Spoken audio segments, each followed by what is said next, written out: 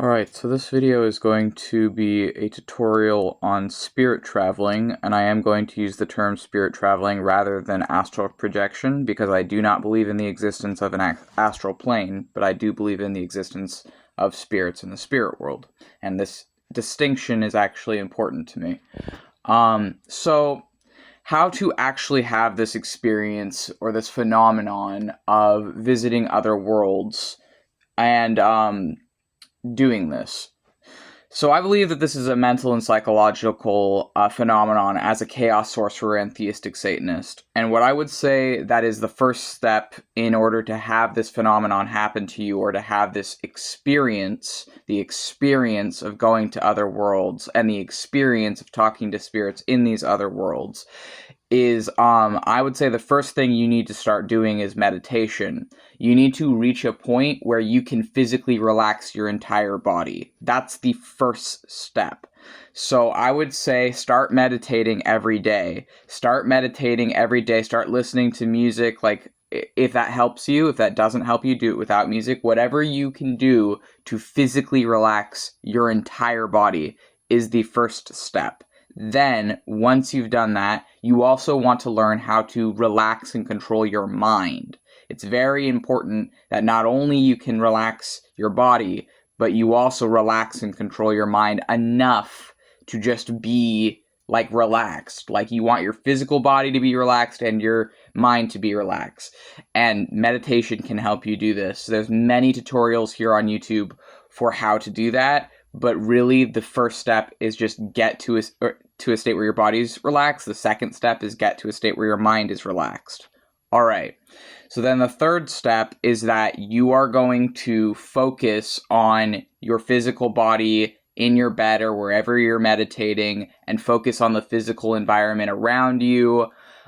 Focus on the feeling of the earth beneath you, or the mattress beneath you, or the carpet beneath you, whatever it is, the textures. Imagine the textures.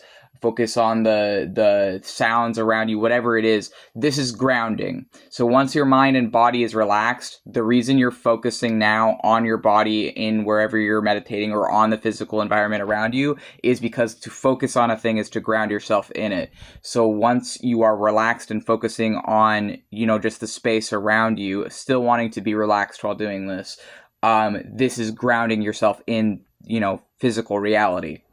So then the third thing is going to be, the fourth thing, excuse me, because the third step was the grounding. After you've grounded yourself, the fourth step is going to be what some might call dissociating. The fourth step is going to be focusing on your goal. Where do you want to meditate to? Where do you want to go to spiritually? Do you want to spiritually inhabit the realm of a god?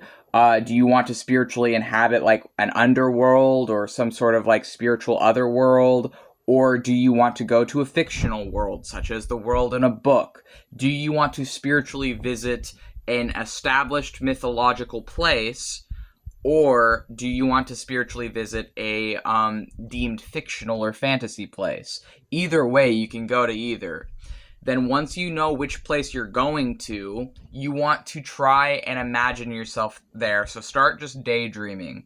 At first, you're just going to be kind of daydreaming. And then as you're imagining that place, try and shift your senses to there rather than physical reality here. So how you would be shifting your senses there would be, what would it smell like there? What would you hear there? What would you taste if you were there? What, would you see if you were there? If you don't have a visual imagination, then use what you do have. If you can hear or imagine sound, then imagine what sounds would be around you in this other world that you're going to. Imagine what you would be able to touch, what shapes would be there. And if you practice this enough, you may be able to, in time, develop the imagined senses that you may be without. I only say this because I have DID, or dissociative identity disorder. Some of my headmates were aphantasic, meaning they couldn't visually imagine things. And as we healed our own trauma as a DID system, we stopped being aphantasic, and those head parts or headmates were able to imagine. So that's our personal experience. I'm not saying it's curable for other people, but I do know in my case, it was curable through practice. As I meditated, as I started to develop more my imagination, in other areas like focusing on sound, smell, touch, focusing on really sound and touch in particular is what over time I started to be able to visually imagine, and now I don't have any issues with visual imagination anymore. So in my case, my aphantasia was curable. But part of that was because it was only some of my personalities or DID headmates that were suffering from that, and a lot of my younger child personalities actually were not aphantasic. So when we specifically healed and worked with the child parts of our brain, that we regain the ability to visually imagine things, which people hearing that are like, well, you've been drawing your entire life. How could you have been aphantasic if you were like a visual artist for all this time? And it's like, well, you actually don't need a visual imagination to draw. That's a misconception. You can imagine without having the visual component. You can even use, like I was using the paper itself as essentially my visual imagination, which gets confusing for people, but it's true. I wasn't actually imagining things while drawing. It just came out of me. Like, I didn't know where it came from. It just came. So anyways, so yeah, now you're going to be daydreaming. Fourth step is really like kind of dissociatively daydreaming. Focus on where you want to go. Focus on what it would feel like to be there. Focus on trying to move your sense of self there. Move your perception of your senses there. And the reason that you're doing this is because all of your senses right now, they are hallucinations of your brain. All of our senses are mental. So, seeing colors right now, seeing me on the screen, hearing my voice, looking at my clothes, imagining the texture of my hair or my clothes. These are all things your brain can do. These are all hallucinations of your brain. They are just made up stuff of your brain. And here's the thing, is that everything you have ever perceived is because of the mental models in your brain. It's because of the mental model of your brain. And what you can do with spirit traveling is literally just create another mental model and then inhabit that instead of physical reality. DID systems are known to do this, but you don't have to have a serious dissociative disability to do this. You can be a singlet or a singular-minded person, someone with a coherent sense of self, and still do this. So, and the benefits of this would be that you're going wherever you want. You don't have to inhabit physical reality if you don't feel like it. You can go and have your mental model shift to a different, or I don't like that word. That's a poor choice of wording there. You can transfer your senses to a different mental model that you can have the illusion of being in another world for. And whether you want to see that as literally you're going to another world or just being mental, how I see it, doesn't really matter if you get the experience either way and if it's the same experience.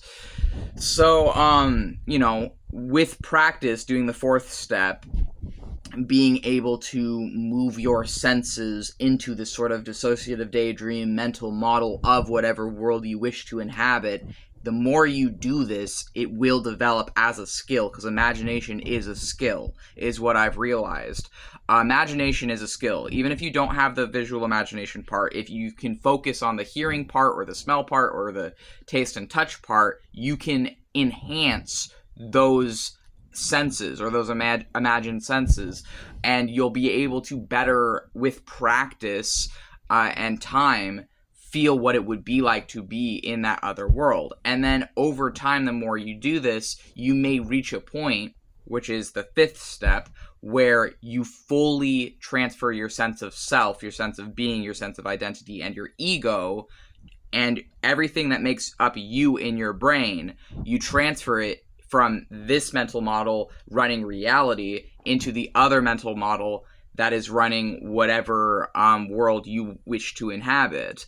And in doing this, whether you want to see it as, oh, you're literally going to these other worlds, or how I choose to see it as this is all a mental and psychological thing, you still have the experience of going to that other world, and it still can feel very vividly like dreaming almost, or lucid dreaming, but while awake. And you know, your body is awake for what I am describing. This is not lucid dreaming. The difference between this and lucid dreaming is that if you know you are dreaming and you can and you are aware and your prefrontal cortex is activated, that's a lucid dream. But if your body is awake and you're going to other worlds, that's spirit travel, in my opinion. That is my personal distinction between these two things. Because I also travel in my dreams, but that is a different subject. And I also think that anytime you're dreaming, you're really doing what I'm talking about, right? Because anytime you would be dreaming, you would be going from the mental model of physical reality to instead a mental model that your brain has made up, of like just like some nonsense story, right? Like every time you dream, you're already essentially going to other worlds through your mind, which is why some people believe it's like, oh, it's multiverse and you're going to other dimensions, which I, as someone who suffers from chronic nightmares, am not going to want to believe that, because that is disgusting, and my own life here on Earth has already had so much trauma. I don't want to believe that the trauma in my dreams is anything other than a dream. Thank you very much. But what I'm saying still stands. It is still like your brain hallucinating a different mental model when you dream. So what you can do is you can essentially have such vivid daydreams here on Earth that it feels like how it does when you're dreaming, because when you're dreaming, you think it's real. When you are asleep and dreaming, you think it's real. It's not unless you're having a lucid dream that changes. If you're having a lucid dream and your prefrontal cortex is activated, then you realize you're dreaming, and that's what a lucid dream is. It's like critical thinking mixed with dreaming. But with this, what I'm talking about is essentially mixing dreams with reality, where you're essentially like dreaming or having the illusion or experience or the hallucination of going off to another world while your body is still awake, but your mind's running a different program for you to go to. I will say at this point, so this is how I do that. Like I've expressed, I think, how I do that. First, I relax my body, I relax my mind, I ground myself in physical reality, and then I start to daydream or dissociate or imagine where I want to go, what I want to do, who I want to go with, and I essentially move my senses away from physical reality and fully into a new sensory model, and I just go into that other sensory model. And, you know, this can be one, at this point, I've done this so often that I can just, like, essentially do it on command. I can literally, like, just snap myself and, like, go off to wherever I want to go to. Part of the reason it's really easy for me to do this is because I am a DID system, and I'm naturally prone to dissociate away from physical reality. But I do feel like there are actually benefits to this, even though in my case it is tied to my being chronically disabled with a serious dissociative disability. But I think that there are actually benefits for other people to do this, because within reason, because if you just want to have the experience of like going to another world, speaking to God, spirits, whatever, this is a way to do that and have that experience. I am choosing to relay this as a mental and psychological phenomenon, because whether or not these other worlds are like actually real other worlds isn't really important to this, to like doing it and having the experience. And I also feel like that lens for it, of seeing it as like, oh, it's all multiverse and it's all really other worlds and it's all really places that are out there separate from your mind. The problem I have with that is that I think that can lead to people going insane. And I'm trying to be kind with this, but when I believed that, when I listened to these people out here who are like, they're all really other worlds and you're really going to another world and it's all astral projection and it's really going to like astral planes, when I believed that, in my case, it led to me developing symptoms similar to psychosis. It led to me being negatively addicted to meditation. It led to me essentially neglecting my needs, my health, and my life in favor of dissociating to these other worlds. And even though that destructive and negative and frankly insane coping mechanism, because I believed it was all like physically really other universes or whatever, which is what reality shifters and New Age people with astral projection believe. That lens for it led to me developing serious health issues that took years to undo the damage of. I would argue that that stuff is a cult. And it shows all, like, if you look into, like, research here on YouTube, what is the definition of a cult? How do I know if I'm in a cult or not? What actually is a cult? If you do research into it, I firmly believe New Age and reality shifting is a cult, as someone who used to be in it and is not anymore. And, you know, obviously people can just argue, oh, well, you're a chaos sorcerer, so aren't you also in a cult? That's an invented religion from the 70s. Or, oh, you're practicing demonolatry with the Ars Goetia, and you do devil worship, so isn't that a cult? And it's like, yeah, all of these things can be cults, but just because there's a difference between occult and cult, and people don't know that because they don't know anything about the occult or a cult. A cult doesn't actually mean cult, but a cult overlaps with cults. Anyways, that's a whole other topic that's unrelated to this video, but spirituality and religion, in my opinion, doesn't have to be a cult, but can easily become one when people say, well, this is how it is, it has to be this way for everyone, and if you disagree, then I'm just not going to listen to you or whatever. It's like, there's a lot of fucking dangers and in ego traps. There's a lot of ego traps online. So I'm not talking about whether or not this is, like, actually other universes. I'm just telling you how to have the experience and what I personally do to gain this experience. And for me, I'm going from a psychological mental framework because I think it's the safest. Even if you actually believe in that, whatever, that's fine. But this would be a way to then transfer to that if you believe in that stuff. I used to believe in that stuff, and it's because I used to believe in it that I don't anymore. Because I've seen firsthand the damage it can cause people. I will say, in my case, when I was into New Age and, like, reality shifting and all of that, which I still technically have the experience of what I used to believe was astral projection, and sometimes still use that word for it just because it's the word people are familiar with. Unfortunately, it's the word we have for it, for the same phenomenon, even if I don't agree with the framework of it. The other thing is, like, when I believed that, it was a destructive coping mechanism that was replacing an even worse coping mechanism. So even though it did negatively impact my life, it did drive me mad and severely negatively impacted my witchcraft and my spirituality for, like, the first 3 years of my witchcraft journey, at least, were in part or partially negatively impacted by that stuff, and it took a while to undo the damage of that. That destructive coping mechanism of believing it was really other worlds I was going to, I mean, like, physical other worlds, because I do believe it can be other worlds. Like, let me be clear here. I do believe in spirits, and I do believe in the spirit world, and I do believe in other worlds.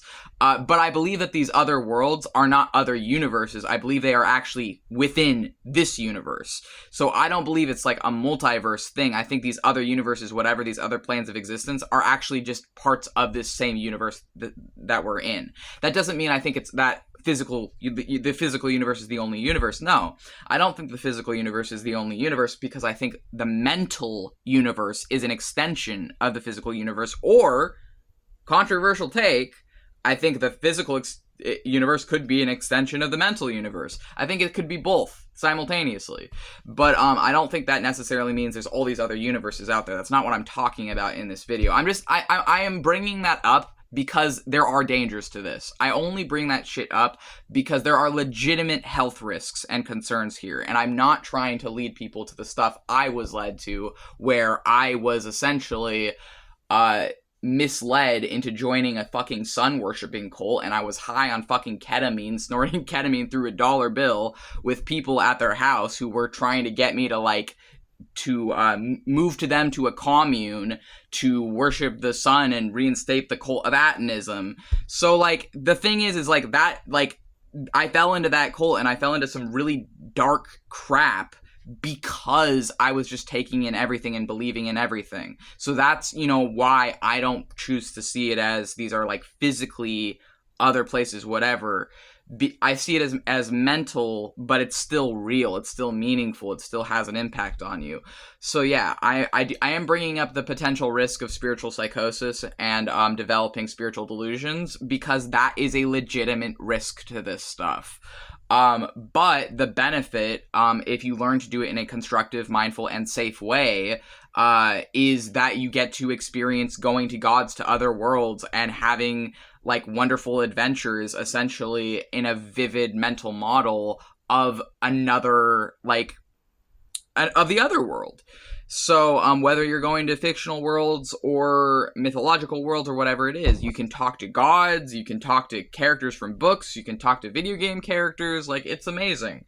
And technically, even though I am not a reality shifter and do not identify with that label anymore, I still have the experience of what I used to see as reality shifting fucking every week, if not like every other day. I just don't agree with the framework and the way that New Age and that other stuff frames this. So, and that's why I bring up these risks as like potential cons to my methods for this. But yeah, essentially, like, if this tutorial made sense to you, I would recommend, trying it out. And I would say if you start to notice negative health consequences, stop doing it. Don't do what I did. Do not brute force your way through your own brain. Do not fight against your own brain. Do not try and brute force your way through it.